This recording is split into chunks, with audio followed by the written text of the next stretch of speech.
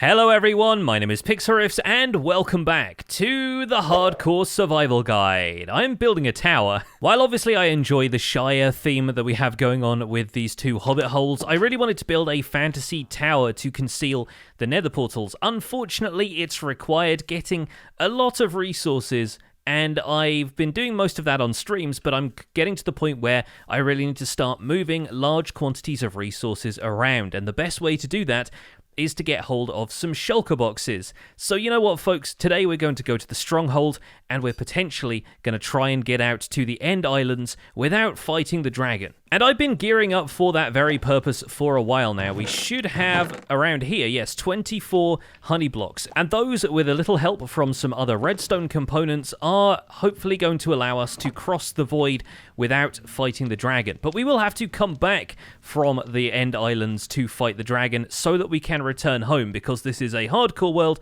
so we can't cheat the system by falling into the void and respawning in the overworld. Or we would, but we'd respawn in spectator mode, and that would be the end of that. So the first step to finding the stronghold is, of course, to get hold of some Eyes of Ender, which will lead us to the stronghold. The same ingredient that you use to make an ender chest. All we need to do is get some ender pearls, which I've been trading from this cleric, and some blaze powder from the nether. And thankfully, we already have both of those things. So I have 4 blaze rods right now. We have enough to make 8 Eyes of Ender, and the ender pearls that I have traded from the clerics should be enough. And I might have stashed some blaze powder over here in the brewing stand. I didn't. Okay, so we will need to go back to the nether and get a couple more blaze rods for blaze powder. But if I trade for a few more ender pearls with our cleric, the maximum amount of Eyes of Ender we would need to complete an end portal would be 12, so we've got more than enough at this point. In the meantime, I'm also gearing up with a few supplies that we're going to need for the journey. I'm going to bring 8 pistons with us. We're going to convert those into sticky pistons. We will also need a few observers for some flying machines. We're going to stash all of this in my ender chest for later. The next thing I'm going to do is run over to this Fletcher, buy myself a new bow, and use it to repair my other bow, because right now that is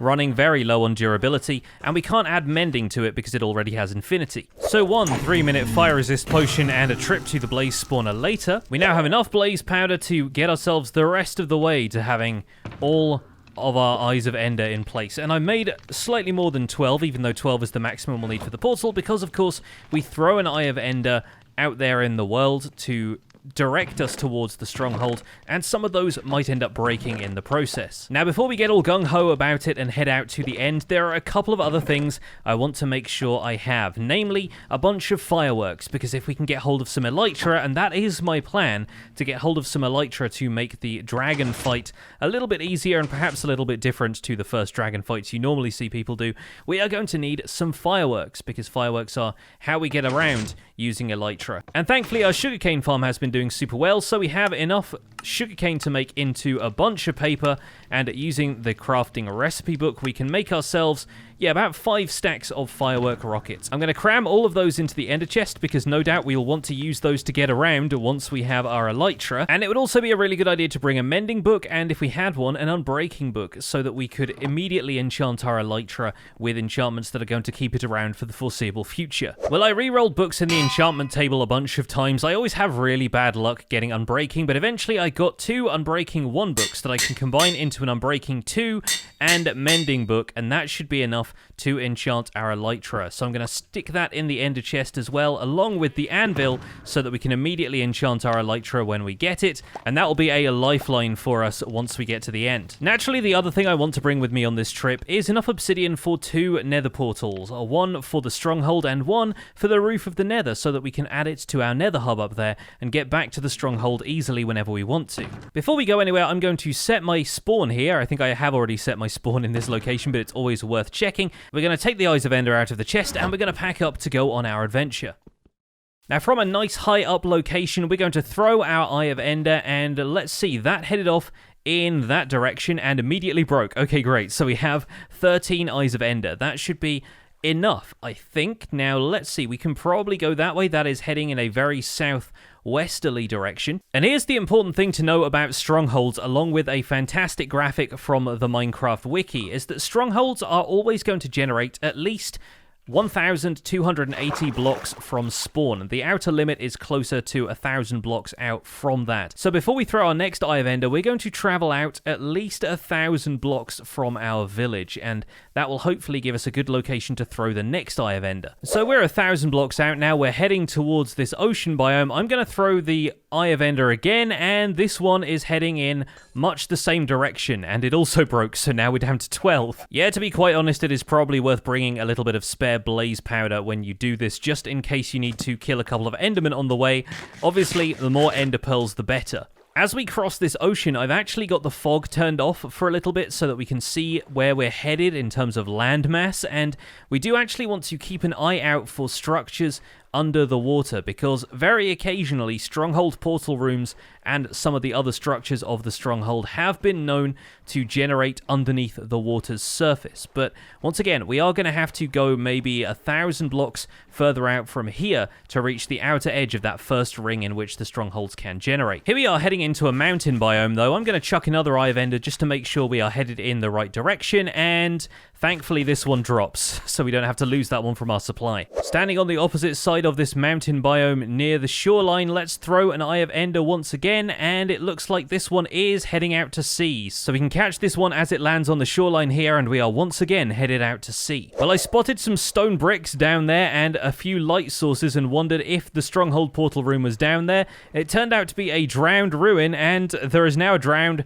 throwing a trident at me. So I'm gonna give that guy the runaround and continue in the same direction. We're out here near our ocean monument coordinates, and I believe this is the monument that we raided in a previous episode. Let's see if we can throw an Eye of Ender from here, and I have a feeling it's going to head back in that direction. Yep, looks like we are headed that way. So potentially close to where that drowned was chucking the trident at me, we actually have the location of our stronghold. Now let me see if there's anything in the immediate ocean around here once I've dealt with this zombie. And it would honestly be really funny if the stronghold ended up directly below that drowned ruin with the amount of stone brick that's around. So from this island, let's throw another Eye of Ender and see where it points. No, it's headed back in that direction now, and thank goodness that one landed, because I am running precious low on these. I think our stronghold should be somewhere down here. Now, much the same as the coordinates for finding buried treasure, the 4-4 coordinate in your chunk coordinates there on the left-hand side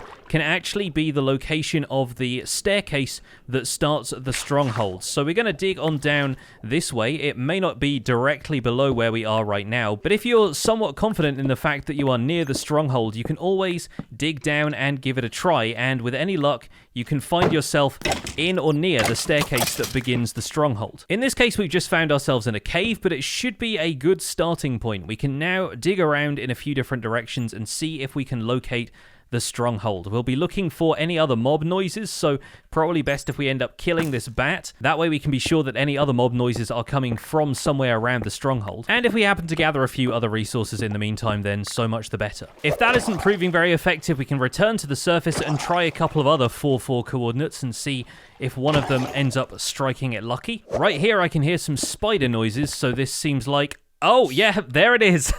We have found it, and immediately broke a block of silverfish stone. Start as we mean to continue, I guess. Now let's hop on in here, and we have made it into the stronghold. Incredible. Now from where I am here, I can actually hear the sound of lava and some silverfish nearby, so I think if we go this way, we might actually be digging out, yes, into the portal room. Incredible. And from the looks of things... Oh, there's our silverfish.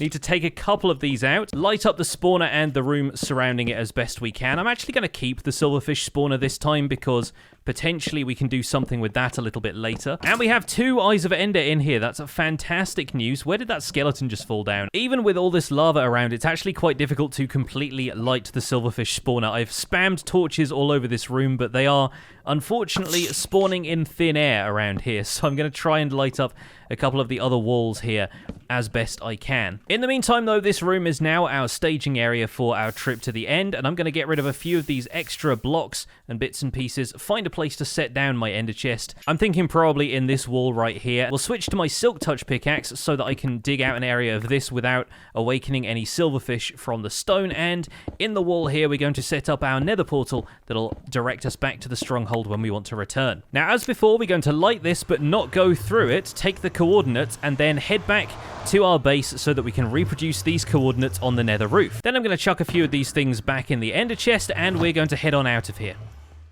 And after a quick diversion to the jungle mesa desert nether portal to make sure that I slabbed the top of this, and thank you to everybody who pointed out that I didn't do this in the video, we arrive at the approximate coordinates of our stronghold portal, -156, 245.5 is pretty much the coordinates we just took. So I think right here is the place we're going to start our portal, and I figure it'll probably go there. We're going to fill in the corners with mossy stone brick and cracked stone brick to indicate that this is the stronghold. We're going to slab over the top with the mossy stone brick once again, and as we drop down here, we should be able to light this up and head on through to the stronghold. And perfect! That worked out super well, and from here we'll be able to connect to the stronghold anytime we want to. And without further ado, it is time to pack some stuff away in the ender chest and head to the end. Now this is potentially going to be a little tricky. Where did that silverfish go? Did it sneak off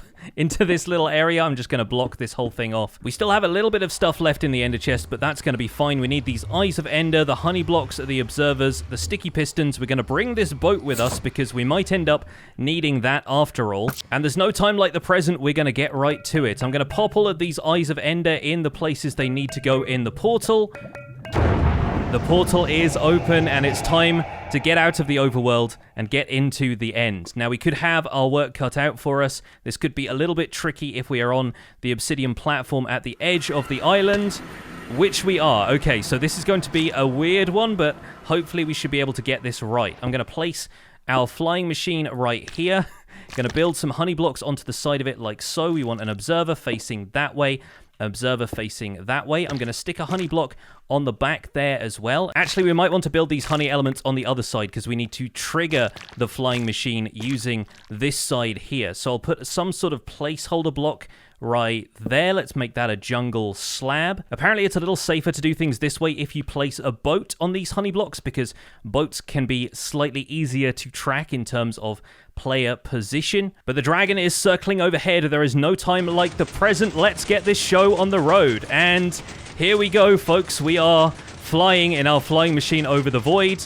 I'm going to try and row backwards over these honey blocks a little bit.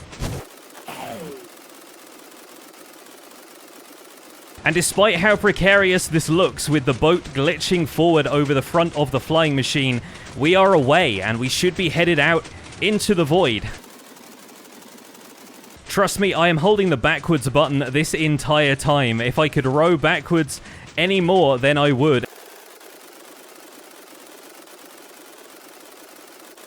And if the boat glitching forward like this looks kind of terrifying to you, trust me, it is absolutely terrifying to me. But I'm pretty confident that this method is going to work. If we wanted it to look a little bit safer, we could potentially add another couple of honey blocks on the front of the flying machine here to make sure that the things were stable. I've done this with slime blocks before using boats, and it definitely looks a little better. But I think that is it. The flying machine is making its way across the void. I am still holding the back button just in case. That is going to save me here. And the end island is disappearing behind me into the void. I'm going to stay in third person here just so I can see that all of this is going on, and also looking down like this is potentially going to prevent me from looking at any Enderman directly once we make it to the islands on the other side. But we are traveling right now, as you can see, along the X-axis over the void eastward towards the outer ring of End Islands, and the flying machine is having a few hiccups as we go, probably because it's loading new chunks of the void and potentially the outer End Islands as we get a little closer.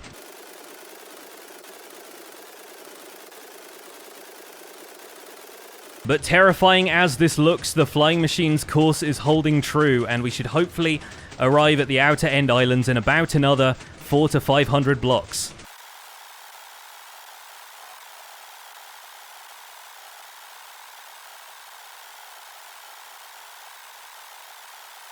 And incredibly, the first End Island is coming into view on the right-hand side of your screen right there. We've got another island over there on the left-hand side, And hopefully this doesn't take us into an underhang of an island where I might suffocate, because the platform did spawn incredibly low down.